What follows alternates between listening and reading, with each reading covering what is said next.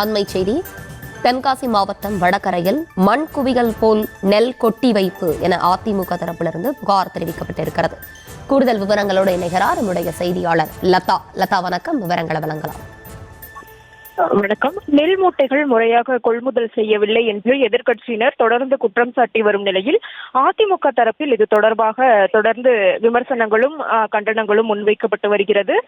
முக்கியமாக தஞ்சாவூர் மாவட்டம், தென்காசி மாவட்டங்களில் எல்லாம் நெல் மூட்டைகள் முறையாக இன்னும் முழுமையாக கொள்முதல் செய்யப்படவில்லை என்றும் குறிப்பிடப்பட்டிருக்கிறது. அந்த வகையில் தென்காசி மாவட்டம் வடகரை நெல் கொள்முதல் நிலையத்தில் மண் குவியல் போல் நெல் மூட்டைகள் கொட்டி கிடக்கும் காட்சிகள் செய்தித்தாளில் வெளிவந்திருப்பதாக குறிப்பிட்டு அதனை இணைத்து அதிமுக இத்தகைய ஒரு பதிவை வெளியிட்டிருக்கிறது.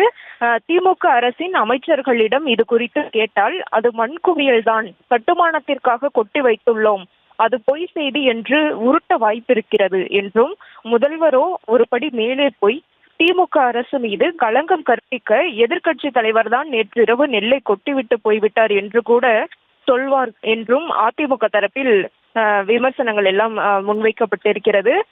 இந்த சர்க்கஸ் ஆட்சியாளர்களிடம் சிக்கிக்கொண்டு தவிப்பது தமிழகத்தின் அப்பாவி விவசாயிகளும் மக்களும் தான் என்றும் குறிப்பிடப்பட்டிருக்கிறது. முக்கியமாக இந்த பருவமழை தொடங்கி பல்வேறு மாவட்டங்களில் மழை பெய்துட்டு வர நிலையில நெல் மூட்டைகள் எல்லாம் இன்னும் நுகர்பொருள் வாணிப கழகத்திற்கு சொந்தமான கிடங்குகளில் இன்னும் கொள்முதல் செய்து வைக்கப்படாமல் இருக்கக்கூடிய நிலையில பல்வேறு இடங்களிலும் நெல்லானது மழையில் நினைந்து முளைக்கக்கூடிய ஒரு சூழல் தான் இருக்கிறது. இதற்கு சொந்தமான கிடங்குகள் போதுமான அளவு இடம் இல்லை.